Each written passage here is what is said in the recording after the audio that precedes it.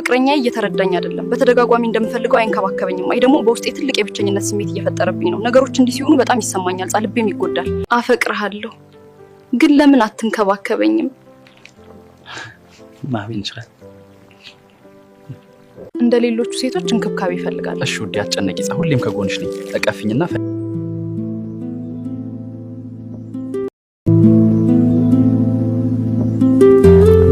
ሰላም ውድ የቻናላችን ተከታታዮች፣ እኔ ይወባላለሁ። አሁን በጣም ያሳዘነኝን አንድ ታሪክ ቴሌግራም ቦታችን ላይ ተላከ ነውና እሱን ታካፍላችሁ እስኪ ሼር ላድርጋችሁና እስኪ እንሂድ ወደ ታሪኩ።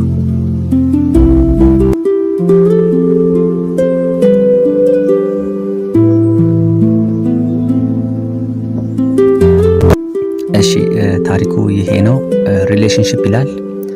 ምን መሰላችሁ? ከፍቅረኛዬ ጋር 1 ዓመት ከ5 ወራችን ነው። በጣም ጥሩ ልጅ ነው፣ ግን መንከባከብ አያውቅበትም። ማለቴ ተናድጄ ከሆነ አያባብለኝም። ጭራሽ ከኔ ስህተት ፈልጎ እሱም ያኮርፋል። በቃ በመሃላችን ትልቅ ኢጎ አለ። እኔም ደረቅ ነኝ፣ እሱም በጣም ደረቅ ነው። አፈቅረዋለሁ። ሴት ነኝ፣ የሚንከባከበኝ እፈልጋለሁ፣ ግን ምንም አይንከባከበኝም። በቀን አንዴ ነው የምንደዋወለው፣ እሱንም ልንገናኝ ስንል ማታ ላይ። አሁንማ ተራርቀናል። እኔ ሌላ ቦታ ነኝ እና በቀን ውስጥ አንዴ ነው፣ እሱንም ላይኖር ይችላል። ሰሞኑን በዚህ ተጣልተናል። ለምን ደውዬልህ ከዛ ደውላለሁ ብለህ ያልደወልከው ስለው አልተመቸኝም አለኝ። አኩርፌው ሊያባብለኝ ይቅርና ከመጨቀጭቅኝ ዝጊው አለኝ። ዘጋሁት። 2 ቀን እኔም አልደወልኩም፣ እሱም አልደወለም። እኔም በጣም ሲከፋኝ ካላገኘሁት ምኑን አንድ ላይ ሆነን፣ ግን በጣም አፈቅረዋለሁ። ደግሞ ጥሩ ሰው ነው። የምር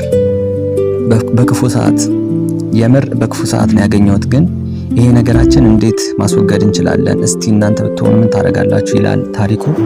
እስኪ የተሰጡ ኮሜንቶችን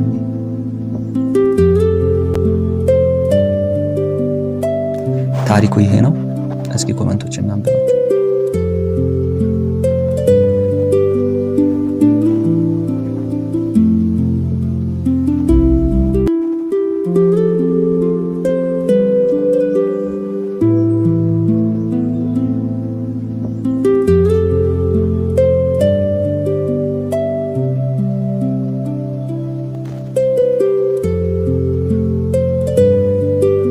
አፈቅርሃለሁ ግን ለምን አትንከባከበኝም?